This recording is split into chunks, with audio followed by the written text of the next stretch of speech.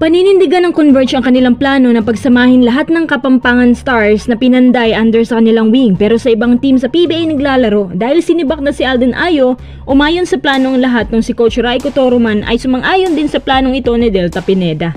Makikita mo sa larawang ito na kumpleto na nga ang buong Converge players na nais makakuha ni Boss. Mukhang kapanapanabik to ah. Si Tab Baldwin na lang ang kulang.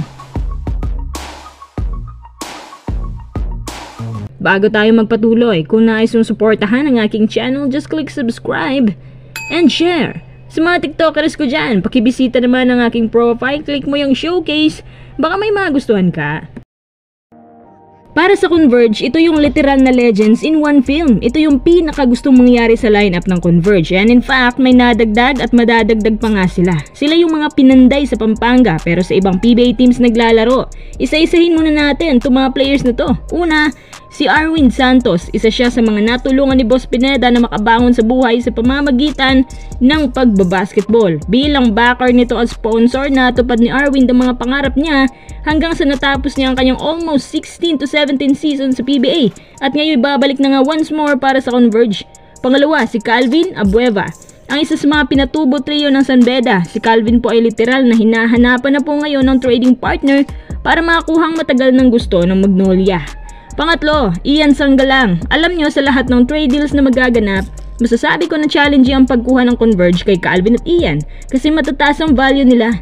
Kailangan pa ito ng mataas na value din na kapalitan para mangyari ang gusto nila. At dahil wala masyadong quality players ang Converge, kaya mahihirapan silang makuha ang dalawang to. Pang-apat, magugulat kayo na magkakaroon pa pala ng another shot sa PBA si Ronald Pascual. Alam nyo sayang si Pascual, naligaw lang ng landas pero naniniwala ako na nandyan pa din yung pulos niya bilang isang pesky guard at magandang opportunity to sa kanya na makabalik sa trabaho. Ngayon naman pag-usapan natin itong mga nadagdag. The long wait is over and the tanking is over dahil nakuha na rin nila sa wakas ang pinakahihintay nila si Justin Baltazar. Siya yung sinasabing pag-asa na naghihikahos na team. Naalala ko tuloy yung college days ni Arwin, parang ganito talaga si Baltazar. Mataas ang reach, simpleng-simple lang gumalaw pero hitik sa jumpers. Mas good siya sa perimeters kaysa sa 3-point line. Sa palagay ko, ito lang yung player na mahirap makuha na ilang big teams dahil sa prinsipyo ni Sir Pineda.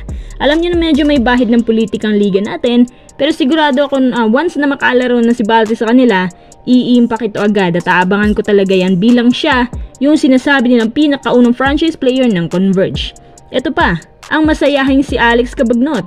Ang saya niya ngayon kasi hindi niya akalain na sa edad niyang yan may kukuha pa sa kanya sa PBA. Actually, kinuha pa nga yan sa B-League. Wise choice pa din ang pagkuha sa kanya dahil sa leadership na dala nito sa core. Effective pa si Manong Kabagi. Ngayon naman itong coach.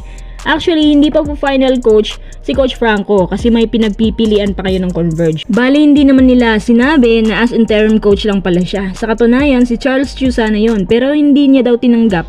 Si Tab Baldwin naman hindi mahagilap ng management. Tapos si Coach Raiko hanggang consultant lang ang pwede kaya si Coach Franco muna.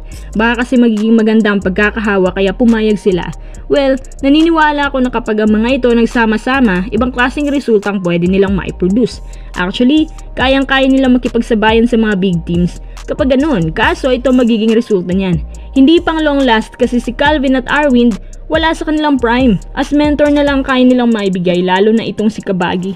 So ang mangyayari niyan, short period of time lang ang system na gagamitin ni Coach Raiko. Dapat pala ngayon pa lang, mag-invest na sila ng mga players na gaya ni Balti para consistent at mas magiging solid ang system nila. Ano masasabi nyo sa planong to ng Converge?